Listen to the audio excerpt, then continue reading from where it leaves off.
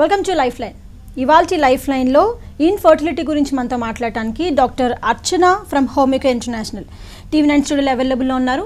So మీ డాక్టర్తో మాట్లాడాలనుకుంటే కింద screen పైన స్క్రోల్ అవుతున్న నెంబర్స్కి డైల్ చేయొచ్చు, డాక్టర్ గారితో మాట్లాడచ్చు. అండ్ మీ డౌట్స్ ఏమన్నా ఉన్నా కూడా డాక్టర్ గారిని అడిగి తెలుసుకోవచ్చు. Hi doctor. హాయ్. అసలు ఈ మధ్యకాలంలో మనం చూస్తున్నాం ఇన్ఫర్టిలిటీ అనేది చాలా ఎక్కువగా కనిపిస్తుంది. ఏంటి రీజన్ అసలు? ఒకప్పుడు ఏంటంటే మనకి చిన్నప్పుడు పెళ్ళి మ్యాక్సిమం మ్యారేజెస్ అయిపోయేవి, కానీ ఇప్పుడు ఏంటంటే అమ్మాయిలు కూడా ఈ 30+ తర్వాత మ్యారేజెస్ చేసుకోవటం వల్ల కూడా one of the main reason. ఇది కాకుండా ఏంటంటే నైట్ షిఫ్ట్స్ చేయటము, సరిగా నిద్ర సరిగా లేకపోవటము, హార్మోనల్ ఇంబ్యాలెన్సెస్, బయట ఫుడ్ ఎక్కువగా తీసుకోవటము, జంక్ ఫుడ్కి ఎక్కువగా అలవాటు అవ్వటము, శారీరక శ్రమ అనేది లేకుండా ఉండటం, మానసిక ఒత్తిడి అధికంగా ఉండటం వల్ల, ఎక్కువగా సిట్టింగ్ జాబ్ చేస్తూ ఉండటం వల్ల దానివల్ల ఇంటర్న్గా మనకి ఈ ఒబేసిటీ అంటే స్థూలకాయం రావటము, తర్వాత కొన్ని రకాలైన అలవాట్లు లైక్ ధూమపానం కావచ్చు, ఆల్కహాలిజం తీసుకోవటం కావచ్చు, ఇవన్నీ మేజర్ కన్సర్న్స్ అని చెప్పొచ్చు.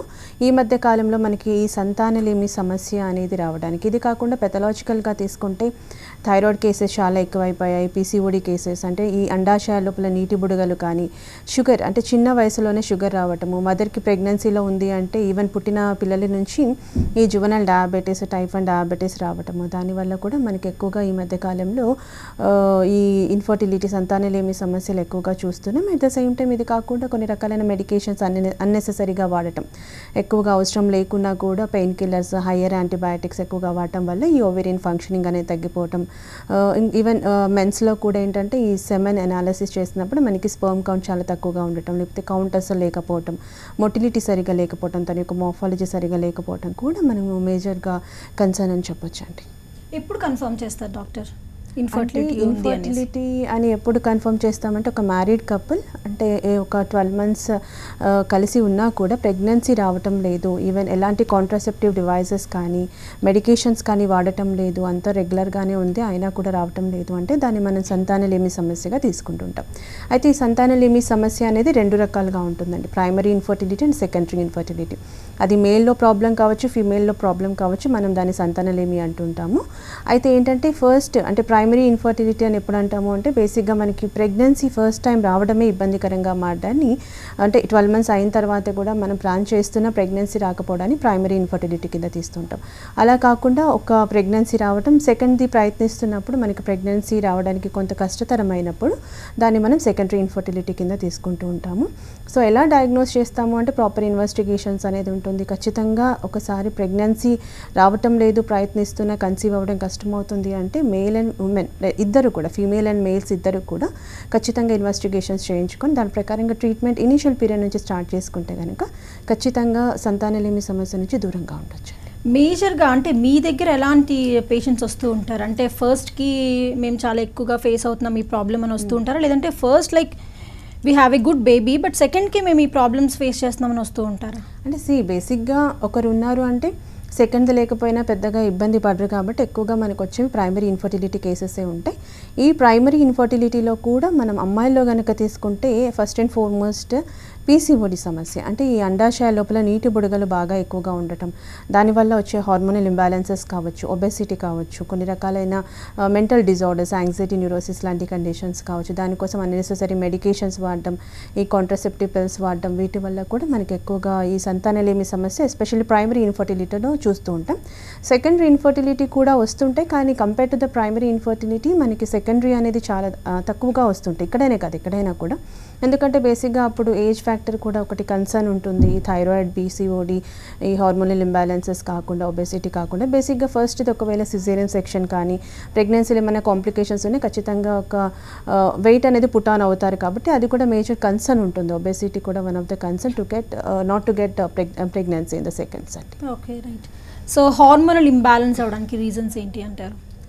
Any hormonal imbalances it might be because of అంటే ఈ FSH ఎలివేట్ అవ్వటము, LH ఎలివేట్ అవ్వటం, థైరాయిడ్ కావచ్చు, లేకపోతే నార్మల్గా ఎనీ ప్రొలాక్టిన్ లెవెల్స్ ఎక్కువగా ఉండటం, AMH అనేది చాలా తక్కువగా ఉండటం, ఇవి హార్మోనల్ ఇంబ్యాలెన్సెస్ మేజర్గా రావడానికి ఫస్ట్ అండ్ ఫార్మోస్ట్ రీజన్ వచ్చేసరికి ఆహారపు అలవాట్లు ఎక్కువగా టైం టు టైం ఫుడ్ తీసుకోకపోవటము, మెంటల్ స్ట్రెస్ ఎక్కువగా ఉండటం, అధికంగా మానసిక ఒత్తిడి ఉండటము, తర్వాత ఎక్కువగా సిట్టింగ్ జాబ్లో ఉండటం వల్ల శారీరక శ్రమ అసలు లేకపోవటం, క్లోజ్డ్ రూమ్స్లో ఎక్కువగా పనిచేయటం, అంటే ఓపెన్ ఎయిర్కి ఎక్స్పోజ్ కాకుండా ఈ విటమిన్ డి డెఫిషియన్సీస్ ఎక్కువగా ఉన్న వాళ్ళలో చాలా వరకు ఐరన్ డెఫిషియన్సీ కూడా వచ్చే అవకాశాలు ఉంటుంటాయి. కాబట్టి ఖచ్చితంగా మనకి ఇవన్నీ మేజర్ కన్సర్న్స్ అని చెప్పొచ్చు అండి. సో ఇది కాకుండా ఈ రోజుల్లో ఈ సిట్టింగ్ ప్రాబ్లమ్స్ అనేవి ఎక్కువగా ఉంటాయి. అంటే మనం జాబ్ చేయక తప్పదు, సో మనం కూర్చొనే వర్క్ చేసుకుంటాం. బికాస్ మేజర్ దాంట్లో సాఫ్ట్వేర్ అవ్వచ్చు, మిగిలిన వాటిలో అవ్వచ్చు, వాళ్ళు ఎలాంటి జాగ్రత్తలు తీసుకుంటే బెటర్ అంటారు? అదే అంటున్నాను, అది it might B 12 hours of work per day, లేకపోతే 8 hours కావచ్చు, 10 hours కావచ్చు. ఖచ్చితంగా మన కోసం ఒక టైమింగ్ అనేది మెయింటైన్ చేయాల్సిన అవసరం ఉంటుంది. Minimum ½ an hour to 1 hour daily workouts. It might B అంటే అది వాకింగ్ కావచ్చు, లేకపోతే ఎరోబిక్స్ కావచ్చు, జిమ్ ఏదైనా కావచ్చు, డాన్స్ కావచ్చు, ఏదో ఒక ఫిజికల్ యాక్టివిటీ అనేది కంపల్సరీగా ఉంటే మంచిది. ఇది కాకుండా ప్రాపర్గా డైట్, బయట ఫుడ్ అనేది చాలా వరకు అవాయిడ్ చేయటం, మ్యాక్సిమం అంటే హోమ్మేడ్ ఫుడ్ అనేది ప్రిఫర్ చేయటము, తర్వాత ఫిజికల్ యాక్టివిటీ ఉండటం, ఏమైనా అలవాట్లు లైక్ ఎక్కువగా సాఫ్ట్ డ్రింక్స్ తీసుకునే అలవాట్లు కానీ, ఆల్కహాలిజం, స్మోకింగ్ ఏమైనా ఉన్నా కానీ కొంతవరకు దూరంగా పెట్టాల్సిన అవసరం ఉంటుంది. అట్ ద సేమ్ టైం ఒకవేళ అమ్మాయిలు నైట్ షిఫ్ట్స్ చేస్తే కనుక దానికి తగ్గట్టుగా వాళ్ళ అంటే లైఫ్ స్టైల్ని మార్చుకుంటే బెటర్ ఉంటుంది. ఇప్పుడు నైట్ షిఫ్ట్స్ చేయక తప్పదు అన్నప్పుడు మార్నింగ్ వాళ్ళు టైం టు టైం, ఇప్పుడు నైట్ షిఫ్ట్ చేసే వాళ్ళు ఏం చేస్తారు, మార్నింగ్ బ్రేక్ఫాస్ట్ స్కిప్ చేస్తూ ఉంటారు, ఎప్పుడో మళ్ళీ మధ్యాహ్నం లేవటము, తర్వాత ఫిజికల్ యాక్టివ్ ఉండకపోయి మళ్ళీ ఈవినింగ్ రష్ అవుతూ ఉంటారు. అలా కాకుండా ఒక టైమింగ్ పెట్టుకొని morning breakfast, morning afternoon lunch and dinner అని ఒక టైం పెట్టుకొని ప్రాపర్గా ఫిజికల్ యాక్టివిటీ ఉంటే సరిపోతుంది. అట్ ద సేమ్ టైం ఒకవేళ ఖచ్చితంగా కూర్చునే జాబ్, ఈ కాల్ సెంటర్స్ కానీ, సాఫ్ట్వేర్ ఇంజనీర్స్ కానీ, సెడెంటరీ ఉద్యోగాలు ఎక్కువగా ఉన్నప్పుడు ఖచ్చితంగా ఒక 1 hour కూర్చుంటే ఒక 10 minutes ఆఫీస్లోనైనా కూడా కొంచెం అటు ఒక 10 to 15 minutes నడిచి మళ్ళీ కూర్చుంటే కనుక అంత ప్రాబ్లం అనేది ఎక్కువగా ఉంటుంది. రైట్, కాలర్ ఉన్నారు, కాలర్తో మాట్లాడి మళ్ళీ కంటిన్యూ చేద్దాం. దివ్య గారు. హలో దివ్య గారు. Good afternoon doctor. Good afternoon అండి, చెప్పండి. ఇది యాక్చువల్గా నాకు పీసీఓడి ప్రాబ్లం ఉందన్నమాట. నాకు 1 year, నా మ్యారేజ్ అయ్యి ఇప్పుడు 1.5 year అన్నమాట. ఓకే. అయితే నాకు స్టార్టింగ్ లో మ్యారేజ్ కి ముందు చాలా పీరియడ్స్ అయ్యేది, అసలు రెగ్యులర్ ఉండకపోయేది, కాకపోతే 20 days 25 days అలా అయ్యేది అనమాట పీరియడ్స్. సో ఒక అంటే నిర్మలా రెడ్డి డాక్టర్ అని ఖైరతాబాద్ లో గైనకాలజిస్ట్ ఉన్నారనమాట.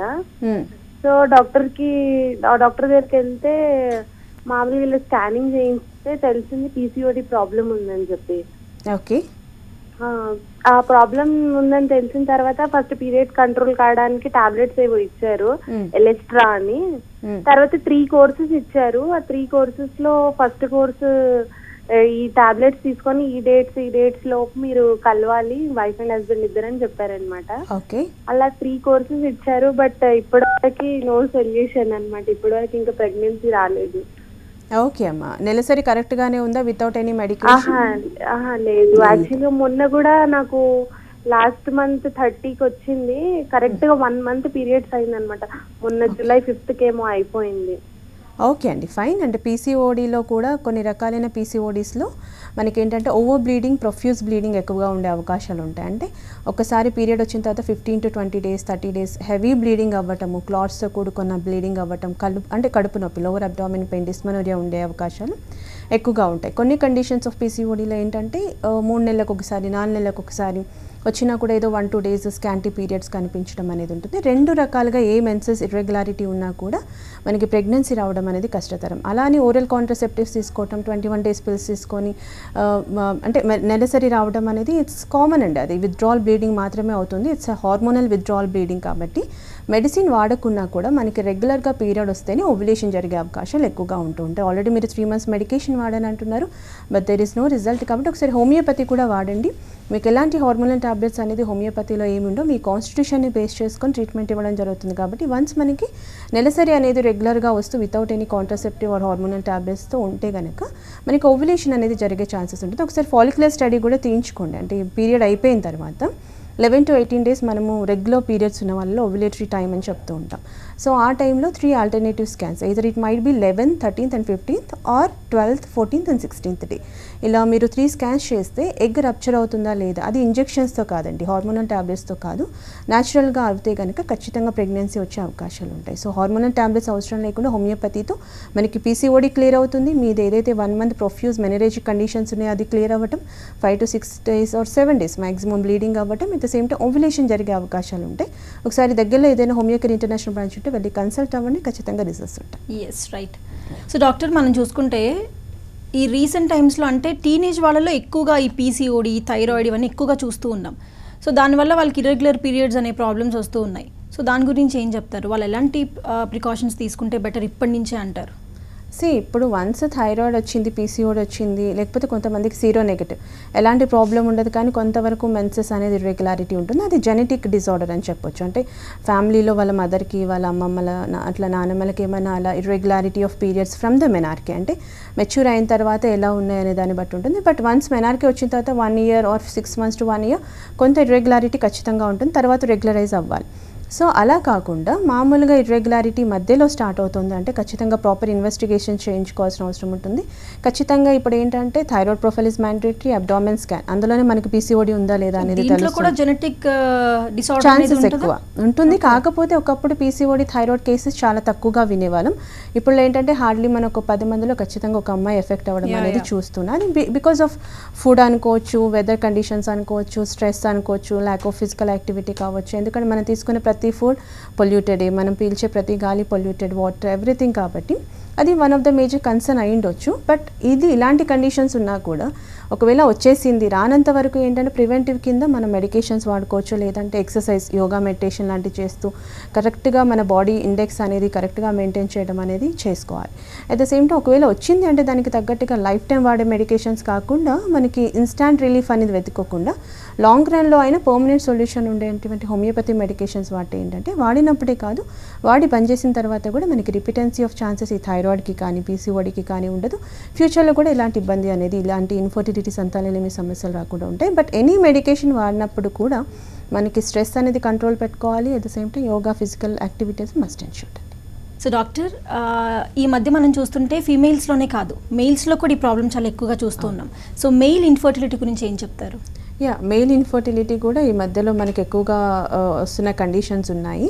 సో మెయిల్ ఇన్ఫర్టిలిటీకి ఎక్కువగా ఎందుకు రీజన్స్, కాజేటివ్ ఫ్యాక్టర్స్ ఏంటి అంటే ఒకటి ఆల్కహాలిజం అధికంగా తీసుకోవటం, స్మోకింగ్ కావచ్చు, తర్వాత ఈ టెస్టికల్స్లో ఏమైనా ప్రాబ్లం ఉండొచ్చు, అది వారికోసిల్ కానీ హైడ్రోసిల్ కానీ, ఏమైనా injury to the private parts like testicles కానీ స్క్రోటం కానీ ఏమైనా ఉన్నా, బెనైన్ ప్రోస్టాటిక్ హైపర్ట్రోఫీ ఏమైనా ఉన్నా కూడా, మనకి ఎపిడర్మల్ సిస్ట్ కానీ, అన్డెసెండెడ్ టెస్టికల్స్ అంటే ఒకటి స్మాల్ సైజ్ అండ్ ఒకటి లార్జ్ సైజ్ ఉండటము, ఇలాంటివి మేజర్గా మనం ఈ మధ్య కాలంలో చూస్తున్నాం. ఎక్కువగా వేడి వాతావరణంలో పనిచేస్తున్న వాళ్ళలో కానీ, ఎక్కువగా ట్రావెలింగ్ అనేది చేస్తుండటం, అంటే ట్రావెలింగ్ అంటే normal 15 to 30 kilometers that's fine, but it should not be like ఎక్కువగా 40-50 kilometers. ఎగ్జిక్యూటివ్స్ ఇలాంటి వాళ్ళలో ఎక్కువగా ట్రావెలింగ్, మనకి బైక్ ట్రావెలింగ్ చేస్తున్న వాళ్ళలో ఎక్కువగా, అది రఫ్ రోడ్స్ మీద చేస్తున్న వాళ్ళలో మైనర్ ఇంజురీస్ తగలటం వల్ల కూడా చాలా వరకు ఈ ఇన్ఫర్టిలిటీ మేల్స్లో ఎక్కువగా చూస్తూ ఉన్నాము.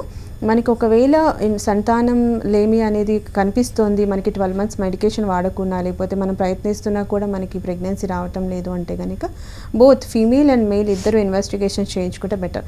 ఇద్దరు హెల్దీగా ఉన్నా కూడా చేయించుకోవాలి, ఎందుకంటే ఎలాంటి ప్రాబ్లం లేకుండా కొన్ని ఇంటర్నల్గా కూడా ప్రాబ్లమ్స్ ఉంటాయి. అంటే కొన్ని హార్మోన్స్ కనిపించకుండా కూడా కొన్నిసార్లు మనకి సంతానలేమి సమస్యకి కారణం అవుతూ ఉంటాయి. కాబట్టి ప్రాపర్గా మనకి ఇన్ఫర్టిలిటీకి ఏవైతే ఇన్వెస్టిగేషన్స్ ఉంటాయో మొత్తం ప్రొఫైల్ అంతా చేయించుకుంటే కనుక చాలా వరకు ఎవరిలో ప్రాబ్లం ఉందా అనేది అర్థమవుతుంది. సో ఇద్దరు చేయించుకుంటేనే అర్థమవుతుంది. ఇద్దరు చేయించుకోవాలి. సో ఇప్పుడు రెగ్యులర్ పీరియడ్స్, ఇప్పుడు పీసీఓడి కండిషన్స్ ఉంటాయి, కొన్ని పీసీఓడీస్లో ఏంటంటే పీరియడ్స్ రెగ్యులర్గానే ఉంటాయి కానీ ప్రెగ్నెన్సీ అవ్వదు. చాలా మంది మనం చూస్తున్నాం రీసెంట్ టైంలో టెస్టింగ్ అంతా బాగుంటుంది, సో టెస్ట్ రిపోర్ట్స్ అన్ని కరెక్ట్గా వస్తున్నాయి, but still they have a problem. ఎందుకు అంటే ఇప్పుడు అన్ని టెస్ట్లు చేయించుకోరు. ఇప్పుడు చాలా వరకు హిస్టోసాల్ఫింజియోగ్రామ్ అని, ఇద్దరు కాదు, ఇప్పుడు బేసిక్గా చాలా వరకు టెస్ట్ అంటే ఏం చేస్తారు, ఒక థైరాయిడ్ ప్రొఫైల్ చేయిస్తారు, తర్వాత hormones FSH, LH, prolactin, AMS చేయిస్తారు, అబ్డామిన్ స్కాన్ చేయించుకుంటారు అంతే. కానీ ఇవి కాకుండా చాలా టెస్ట్లు ఉంటాయి. అంటే ఇప్పుడు హిస్టోసాల్ఫింజియోగ్రామ్, HHG అని, HCG అని, తర్వాత టార్చ్ టెస్ట్ అని, అంటే ఈ టార్చ్ ఒకవేళ పాజిటివ్ ఉంటే కనుక కనుక మనకి రిపీటెడ్ అబార్షన్స్ అయ్యే అవకాశాలు ఉంటూ ఉంటాయి. ఇలాంటి టెస్ట్ అబ్బాయిలు కనుక తీసుకుంటే USG scrotal test and semen analysis, these 2. ఇది కాకుండా షుగర్ కూడా ఒకసారి ర్యాండమ్ బ్లడ్ షుగర్ కూడా చెక్ చేయించుకోవటం, తర్వాత హిమోగ్లోబిన్ కూడా, అంటే మనకి రక్తహీనత ఉన్నా కూడా అమ్మాయిల్లో స్కాంటీ పీరియడ్స్ ఉండటం, అట్ ద సేమ్ టైం దానివల్ల కూడా సంతానలేమి సమస్య కారణం అవ్వచ్చు. విటమిన్ B12 డెఫిషియన్సీస్ ఉన్నా కూడా. సో ప్రాపర్గా అన్ని హార్మోన్స్తో పాటుగా ఈ టార్చ్ టెస్ట్, హెచ్ఎస్జీ, హెచ్సిజీ, తర్వాత ఈ ఎఫ్ఎస్హెచ్, ఎల్హెచ్, ఏఎంహెచ్, ప్రొలాక్టిన్, తర్వాత ఈస్ట్రాయిడల్, ఇవన్నీ హార్మోన్స్ కనుక చేసుకుంటే కనుక ఖచ్చితంగా 1 or another హార్మోన్ అనేది ఇంబ్యాలెన్స్ ఖచ్చితంగా ఉంటుంది. ఇవన్నీ నార్మల్ ఉన్నాయి అయినా రావటం లేదంటే అదర్ ఫ్యాక్టర్స్ ఉంటాయి. లైక్ ఏంటంటే వాళ్ళు తీసుకునే ఫుడ్ హ్యాబిట్స్ కావచ్చు, ఇర్రెగ్యులారిటీ ఆఫ్ డైట్ కావచ్చు, అధికంగా బరువు ఉండటం కావచ్చు, లేకపోతే సంతానం అంటే ఫ్యామిలీలో హెరిడిటరీ ఖచ్చితంగా ఉండాల్సిన అవసరం లేదు. ఇప్పుడు ఫ్యామిలీలో అందరూ లావుగా ఉన్నారనుకోండి, జెనెటికల్లీ అది రన్ అవుతూ ఉంటుంది. సో అలాంటి వాళ్ళకి కూడా హార్మోనల్ ఇంబ్యాలెన్సెస్ వచ్చే ఛాన్సెస్, ఒకవేళ హార్మోనల్ ఇంబ్యాలెన్సెస్ లేకుండా కూడా ఒబెసిటీ ఉన్న వాళ్ళలో లేట్గా సంతానం అయ్యే అవకాశాలు ఉంటాయి. ఇది కాకుండా మనకి అన్నెసెసరీ మెడికేషన్స్ వాడుతున్న వాళ్ళలో కానీ, తర్వాత మేనరికం అంటే ఇద్దరికి దగ్గర రిలేషన్ ఉంది అంటే కూడా మనకి ఎలాంటి రిపోర్ట్స్ నెగిటివ్ ఉన్నప్పటికీ, అంతా కరెక్ట్గానే ఉన్నాయి, హార్మోన్స్ ఎవ్రీథింగ్ ఈజ్ ఫైన్ అన్నప్పటికీ కూడా మనకి కన్సాంగ్వినిటీ మ్యారేజెస్ అనేది ఒక రకంగా చెప్పొచ్చు. ఇది కాకుండా అటువైపు కానీ ఇటు maternal or paternal side both sides ఏమైనా ఇబ్బందులు ఉన్నా, అంటే లైక్ ఎక్కువగా లేట్గా సంతానం పుట్టడం కానీ, లేకపోతే పెళ్ళైన 10 సంవత్సరాలు 15 సంవత్సరాలు కూడా కొంతమంది పుడతారు. లేట్ మ్యారేజెస్ చేసుకోవడం వల్ల కూడా ఇట్లాంటి ప్రాబ్లమ్స్ ఫేస్ చేసే ఛాన్స్ ఉంటుంది అంటారా? ఖచ్చితంగా ఉంటుంది. అదే ఫస్ట్ అండ్ ఫార్మోస్ట్ ఈ మధ్య కాలంలో ఇన్ఫర్టిలిటీకి పెరగడానికి మెయిన్ రీజన్ లేట్గా మ్యారేజెస్ చేసుకో. అమ్మాయి కనుక తీసుకుంటే ఒక 29-30 తర్వాత మ్యారేజ్ చేసుకోవడం, అబ్బాయి కనుక తీసుకుంటే 35 తర్వాత మ్యారేజ్ చేసుకోవడం వల్ల కేసెస్ అనేది బాగానే పెరుగుతున్నాయి. అట్ ద సేమ్ టైం అమ్మాయి బాగా చిన్నదైపోయి అబ్బాయి బాగా ఏజ్డ్ ఎక్కువగా ఉన్న more than 10 years of gap ఉన్నా కూడా ఈ మధ్యకాలంలో ఇన్ఫర్టిలిటీ సంతానలేమి సమస్యలు ఎక్కువగా చూస్తున్న కండిషన్స్ ఉన్నాయి. ఓకే, కాల్ తీసుకుందాం. హలో, మాట్లాడండి డాక్టర్ గారితో. హలో, డాక్టర్ గారితో మాట్లాడండి. హలో మేడం, నా పేరు శిరీష. చెప్పండి శిరీష గారు. మేము తిరుపతి నుంచి కాల్ చేస్తున్నాను మేడం. చెప్పండి మేడం, నాది అంటే మ్యారేజ్ అయ్యి 3 years అవుతుంది. చెప్పండి. కానీ అంటే మేము చూపించుకున్నాము 2 years నుండి చూపించుకుంటున్నాం డాక్టర్ దగ్గర. ఓకే. సో అంటే వాళ్ళు PCOS ఉంది అని చెప్పారు. సో దానికి టాబ్లెట్స్ వాడుతున్నాము, కానీ అంటే ప్రెగ్నెన్సీ డిలే అవుతూనే ఉంది మ్యామ్ 2 years అయినా కూడా. అంటే అబార్షన్స్ అలా ఏమీ లేవు కదా? అలా ఏం లేదు, అసలు రావటం లేదు. లేదు మ్యామ్. Okay okay. ఒకసారి హోమియోపతి కూడా హోమియోకేర్ ఇంటర్నేషనల్ ఇచ్చే మెడికేషన్స్ కాన్స్టిట్యూషన్ ఫార్ములా బేస్ మీద ఇస్తాం కాబట్టి ఒకసారి వాడి చూడండి అమ్మ. ఇలానే 3 years 5 years 8 years marital life ఉండి PCOD సమస్య కానీ, థైరాయిడ్ సమస్య కానీ, అసలు ఏ సమస్య లేకుండా కొంతమందికి ప్రెగ్నెన్సీలు అవ్వవు, అలాంటి వాళ్ళందరికీ మీకు హోమియోపతి మెడికేషన్స్ అనేది చాలా బెనిఫిట్ అవుతుంది. అట్ ద సేమ్ టైం మీకు ఎలాంటి సైడ్ ఎఫెక్ట్స్ ఏమీ ఉండదు. ఇక్కడ సర్జరీలు చేసి PCODలు క్లియర్ చేయడం కాదు, ఓన్లీ మెడికేషన్ ద్వారా మాత్రమే మనకి అండాశయ లోపల ఉండే నీటి బుడగలు తగ్గిపోయే అవకాశాలు చాలా కేసెస్లో ఉన్నాయండి. ఇక ఎట్ ద సేమ్ టైం ఏంటంటే మెడికేషన్ అనేది ఒక 70-80% చేస్తుంది కాబట్టి మీరు మెడికేషన్తో పాటుగా ఇంతకుముందు నేను చెప్తున్నట్టుగా ఫిజికల్ యాక్టివిటీ అనేది కంపల్సరీగా ఉండాలి, స్ట్రెస్కి దూరంగా ఉండాలి. ఎందుకంటే PCOD 90% ఆఫ్ ద కేసెస్లో ఓవర్ థింకింగ్ ఆఫ్ సంథింగ్ వల్ల ఎక్కువగా వచ్చే ఛాన్సెస్ ఉంటాయి. కాబట్టి మీరు స్ట్రెస్ని దూరంగా పెట్టుకోండి, మెడికేషన్ ప్రాపర్గా హోమియోపతి వాడి చూడండి. ఎందుకంటే కాంట్రాసెప్టివ్స్ కానీ హార్మోనల్ టాబ్లెట్స్ వాడటం వల్ల మీకు పెద్దగా అంటే యూజ్ అయ్యే ఛాన్సెస్ ఉండదు. అలానే సర్జరీ చేసుకున్నా there could be A chances అమ్మ, మళ్ళీ రికరెన్సీ ఆఫ్ ఛాన్సెస్ ఎక్కువగా ఉంటాయి. ఎందుకంటే నీటి బుడగలు మళ్ళీ రీఫార్మ్ అవ్వడానికి ఎంత సమయం కూడా పట్టదు. ఎందుకంటే ఎప్పుడైతే ఈ హార్మోనల్ ఇంబ్యాలెన్సెస్ అనేది మనకి తగ్గిపోతుందో, నార్మలైజ్ అవుతుందో, ఎప్పుడైతే FSH LH లాంటి మెయిల్ హార్మోన్స్ అనేది బాడీలో ఒక ఫీమేల్ బాడీలో నార్మలైజ్ అవుతాయో అప్పుడే మనకి PCOD క్లియర్ అయ్యే ఛాన్సెస్ ఉంటుంది. సో ఆ పని హోమియోపతి వాడుకోవడం వల్ల మీకు ఖచ్చితంగా ఉంటుంది without any surgical interventions. At the same time PCOD once హోమియోతో క్లియర్ అయింది అంటే మళ్ళీ రిపీటెన్సీ ఛాన్సెస్ చాలా తక్కువ అమ్మ. సో ఎలాంటి ఆహారాలు తీసుకోవాలి, ఎలాంటి ఫుడ్ మెయింటైన్ చేస్తూ డైట్ చేయాలి, at the same time activities ఎలా ఉండాలి, మెడికేషన్స్ ఎలా తీసుకోవాలి అనేది క్లియర్గా మీకు హోమియోకేర్ ఇంటర్నేషనల్ వాళ్ళు చెప్తారు. ఒకసారి మీకు దగ్గరలో బ్రాంచ్ ఉంటే కనుక మీరు చేసిన ఇన్వెస్టిగేషన్స్, మీ హస్బెండ్ రిపోర్ట్స్ అన్ని తీసుకొని వెళ్ళి కన్సల్ట్ అవ్వండి. ఇలాంటి కేసెస్ చాలా ఈజీగా క్లియర్ అవుతాయండి. మేబీ ఇలాంటి కైండ్ ఆఫ్ కేసెస్లో food habits plays major role అని చెప్పుకోవచ్చు. సో ఇప్పుడు పీసీఓడి అండ్ థైరాయిడ్ ఉండేవాళ్ళు అంటే కొంతమంది ఐయుఐకి వెళ్తూ ఉన్నారు. సో వాళ్ళ గురించి మీరు ఏం చెప్తారు? సో వెళ్ళొచ్చా ఐయుఐకి? Is it safe? సేఫా అనేది అది పక్కన పెడితే కనుక ఐయుఐ లాంటి కేసెస్ కూడా అంటే పెద్ద ప్రొసీజర్స్. ఇప్పుడు డైరెక్ట్గా ఎవరు ఐయుఐ ఐవీఎఫ్లకి వెళ్ళరు. చాలా వరకు ట్రై చేసి మందులు వాడి విసిగిపోయి ఇంకా చూద్దాం ఫైనల్ ఆప్షన్ కింద అని చెప్పేసి అక్కడ కూడా 3 సిట్టింగ్స్ 5 సిట్టింగ్స్ 10 సిట్టింగ్స్ అయ్యి ఫెయిల్ అయిన కేసెస్ కూడా హోమియోకేర్ ఇంటర్నేషనల్కి రావడం జరుగుతుంది. అలా ఫెయిల్ అయిన కేసెస్ వితిన్ 3-4 మంత్స్లో మెడికేషన్ వాడిన తర్వాత సక్సెస్ అయిన కేసెస్ కూడా చాలానే ఉన్నాయి. బట్ ఇట్ టోటలీ రిజల్ట్ అనేది totally depends on the person's constitution. At the same time ఎలా మెడికేషన్ అనేది వాళ్ళ మీద ఎఫెక్ట్ అవుతుంది, వాళ్ళకి ఏం ప్రాబ్లం ఉంది, whether it might be a thyroid or the PCOD or normal hormonal imbalances or any genetic problem ఉందా, ఏమైనా మెడికేషన్స్ వాడుతున్నారా అనే దాన్ని బట్టి ఉంటుంది. సో ఎలాంటి వాళ్ళకైనా అది ఏ సమస్య అయినా కానీ అంటే ఆడవాళ్ళలో కానీ మగవాళ్ళలో కానీ ఇప్పుడు ఫర్ ఎగ్జాంపుల్ మగవాళ్ళలో తీసుకుంటే అజోస్పర్మియా కేసెస్ ఉంటాయి. టోటల్గా 0 కౌంట్ ఉంటుంది, మొటిలిటీ అస్సలు ఉంటుంది. వీళ్ళు నార్మల్గా కన్సీవ్ అయ్యే ఛాన్స్ ఉంటుంది అంటారు? అసలు అజోస్పర్మియా కేసెస్ని మనము నార్మల్ ఒలిగోస్పర్మియా కేసు లాగా తీసుకెళ్ళలేం, కానీ అట్లీస్ట్ 0 మిలియన్ కౌంట్ని మనం ఒక 10-15 మిలియన్ కౌంట్కి తీసుకెళ్ళి దానిలో మొటిలిటీ పెంచడం అంటే ఒక 50-60% ఆఫ్ మొటిలిటీ ఉంటూ మోర్ఫాలజీ అబ్నార్మల్ ఫార్మ్స్ తగ్గి నార్మల్ ఫార్మ్స్ ఎక్కువగా ఉండి దాని షేప్ కానీ దాని టెక్స్చర్ కానీ ఎవ్రీథింగ్ ఫైన్ ఉంది అంటే ఖచ్చితంగా ప్రెగ్నెన్సీ అయిన కేసెస్ చాలా ఉంటాయి. అట్ ద సేమ్ టైం అదే ఒలిగోస్పర్మియా అనుకోండి, మినిమంగా ప్రెగ్నెన్సీ రావాలి మేల్స్లో అంటే ఎలాంటి ప్రాబ్లం లేకుండా ప్రెగ్నెన్సీ రావాలంటే motility should be more than 50. At the same time million count కూడా 50+ ఉంటే సేఫ్ సైడ్గా ఉంటాం. అట్ ద సేమ్ టైం అమ్మాయి కూడా హెల్దీగా ఉండాలి. ఇద్దరు హెల్దీగా ఉంటే కనుక ఖచ్చితంగా ఈ ఐవీఎఫ్లు ఇలాంటి పెద్ద పెద్ద ప్రొసీజర్స్ అవసరం లేకుండా ప్రాపర్గానే న్యాచురల్గానే కన్సీవ్ అవుతారు. In case any problem homeopathy లాంటి మెడికేషన్ సైడ్ ఎఫెక్ట్స్ లాంటి మెడికేషన్స్ వాడితే నార్మలైజ్ అవ్వడం at the same time second pregnancy కూడా ఈజీ అవుతుంది దారి అనేది. అసలు ఓవరీస్లో ఎగ్స్ తక్కువ అవడానికి రీజన్స్ ఏంటి అంటే ఏం చెప్తారు? ఓవరీస్లో ఎగ్స్ తక్కువ అవ్వడానికి బేసిక్గా ప్రిమెచ్యూర్ ఓవేరియన్ ఫెయిల్యూర్స్ చెప్పొచ్చు, తర్వాత ట్యూబల్ బ్లాక్స్ కావచ్చు, ఓవ్యులేషన్ అనేది ప్రాపర్గా జరగకపోవటం. ఎందుకంటే ఏఎంహెచ్ లెవెల్ అనేది నార్మల్గా ఒక ఫీమేల్కి మినిమం 2-2.5 వరకు ఉండాలి, కానీ అలా కాకుండా దానికన్నా తక్కువగా ఉంది అంటే కనుక ఖచ్చితంగా మనకి ఓవ్యులేషన్ జరగదు. కాబట్టి ఎగ్స్ రిలీజ్ అవ్వటం కానీ ఒకవేళ రిలీజ్ అయినా తక్కువ సైజ్ అంటే ఫాలికల్స్ అనేది తక్కువగా ఉంటాయి, సైజ్ తక్కువగా ఉంటుంది. ఎట్ ద సేమ్ టైం మనకి ఆ రప్చర్ అవ్వడం అనేది ఉండదు కాబట్టి ప్రెగ్నెన్సీ కష్టం. Okay right. అంటే జనరల్గా మనం చూసుకుంటే లేడీస్లో ఫైబ్రాయిడ్స్ అనేది చాలా తక్కువగా ఉంటుంది అంటారు. సో దాని గురించి ఏం చెప్తారు? ఫైబ్రాయిడ్స్ అనేది మనకి ఇన్ఫర్టిలిటీ రిప్రొడక్టివ్ ఏజ్ గ్రూప్లో కష్టం అంటే కష్టం అని చెప్పలేం, కానీ చాలా తక్కువగా ఉంటే ఒకవేళ మినిమల్ సైజ్ ఆఫ్ ఈ సబ్సిరోజల్ కానీ సబ్మ్యూకోజల్ ఫైబ్రాయిడ్స్ ఉన్న చిన్న సైజులో ఉంటే పెద్దగా ఎఫెక్ట్ ఏం చేయదు. కానీ ఎక్కువగా ఈ ఫైబ్రాయిడ్స్ అనేది మనకి 40+.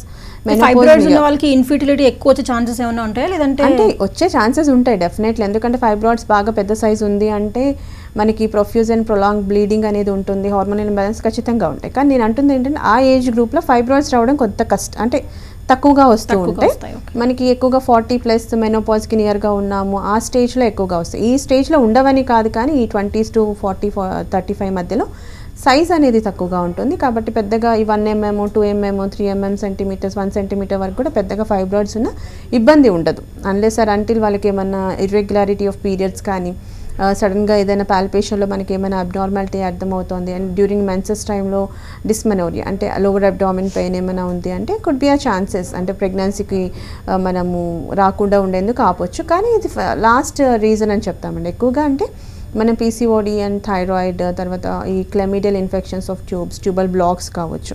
ఈ మధ్యకాలంలో ఈ బ్లాక్స్ కూడా ఎక్కువైపోతున్నాయి. 2 వైపులా బ్లాక్ ఉంది అంటే మాత్రం చాలా కష్టం అని కాదు, ఇంకా ప్రెగ్నెన్సీ రావడం చాలా కష్టం. Ectopic pregnancy is also one of the main reasons infertility రావడానికి. ఒక ట్యూబ్ బ్లాక్ అయింది అంటే ఇంకో ట్యూబ్ నుంచి 6 months ఛాన్సెస్ ఉంటాయి. కాబట్టి మనం ప్రజెంట్ చాలా పాండమిక్ సిచ్యువేషన్లో ఉన్నాం.